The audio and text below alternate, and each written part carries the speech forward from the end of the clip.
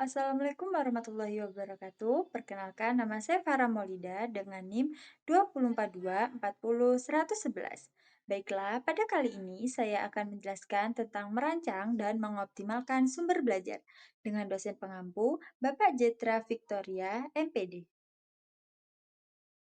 Pengertian sumber belajar.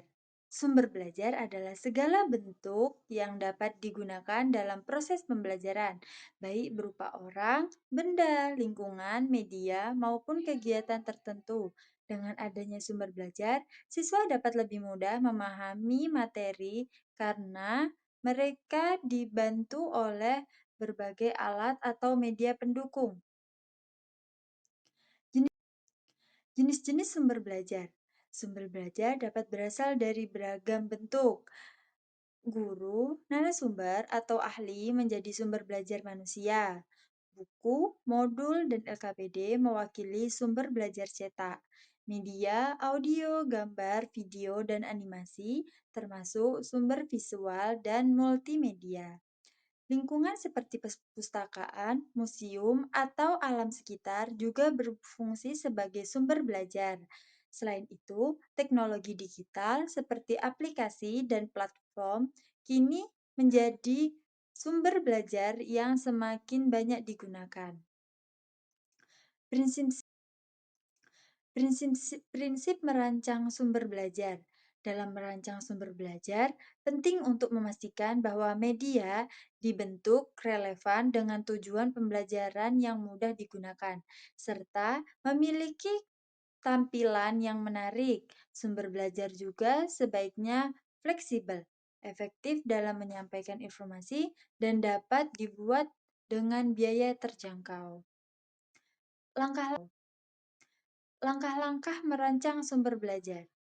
Proses merancang dimulai dengan menganalisis kebutuhan pembelajaran, termasuk kompetensi yang ingin dicapai. Guru kemudian menentukan jenis sumber belajar yang paling tepat sebelum menyusun isi atau kontennya. Setelah itu, guru memiliki media atau aplikasi untuk membuat sumber belajar. Sebelum digunakan, sumber belajar perlu diuji coba terlebih dahulu, kemudian diperbaiki jika diperlukan agar hasilnya lebih optimal. Contoh perancangan sumber belajar. Pada materi tentang sistem pernapasan manusia, guru dapat membuat poster yang menampilkan organ pernapasan lengkap dengan penjelasannya.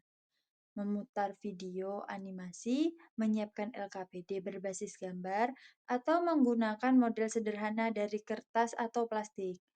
Beragam media ini dapat membantu siswa memahami materi dengan lebih jelas. Mengoptimalkan agar sumber belajar dapat dimanfaatkan secara maksimal, guru dapat memadukan beberapa media sekaligus, seperti video dipadukan dengan LKPD dan didiskusikan kelas. Siswa juga dapat diarahkan untuk belajar mandiri menggunakan modul atau platform digital. Selain itu, lingkungan sekitar sekolah seperti museum atau tempat wisata edukatif juga bisa dimanfaatkan sebagai sumber tambahan. Sumber belajar yang baik memiliki beberapa ciri, antara lain yang pertama, dapat menyesuaikan dengan kurikulum. Yang kedua, berbasis informasi yang akurat. Dan yang terakhir yaitu menggunakan bahasa yang mudah dipahami. Desainnya harus menarik dan mampu mengajak siswa terlibat aktif. Selain itu, sumber belajar juga harus aman digunakan serta dapat dimanfaatkan berkali-kali.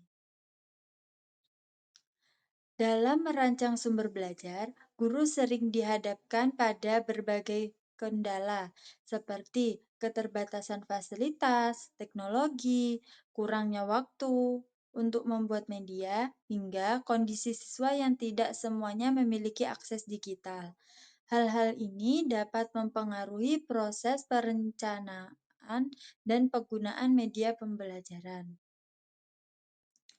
Solusi Solusi dan strateginya yaitu untuk mengatasi kendala tersebut, guru dapat memilih media yang sederhana namun tetap efektif. Manfaatnya, aplikasi gratis dan menyediakan versi online serta offline agar semua siswa tetap dapat belajar. Selain itu, perlu dilakukan evaluasi secara berkala untuk mengetahui apakah sumber belajar tersebut benar-benar membantu proses pembelajaran. Nah, kesimpulannya, kesimpulannya, secara umum, merancang dan mengoptimalkan sumber belajar adalah langkah yang penting untuk menciptakan pembelajaran yang lebih menarik dan bermakna. Dengan pemilihan media yang tepat, penggunaan teknologi, serta memanfaatkan lingkungan sekitar, proses belajar dapat berjalan lebih efektif dan menyenangkan bagi siswa. Demikianlah penjelasan saya, semoga bermanfaat. Saya akhiri. Wassalamualaikum warahmatullahi wabarakatuh.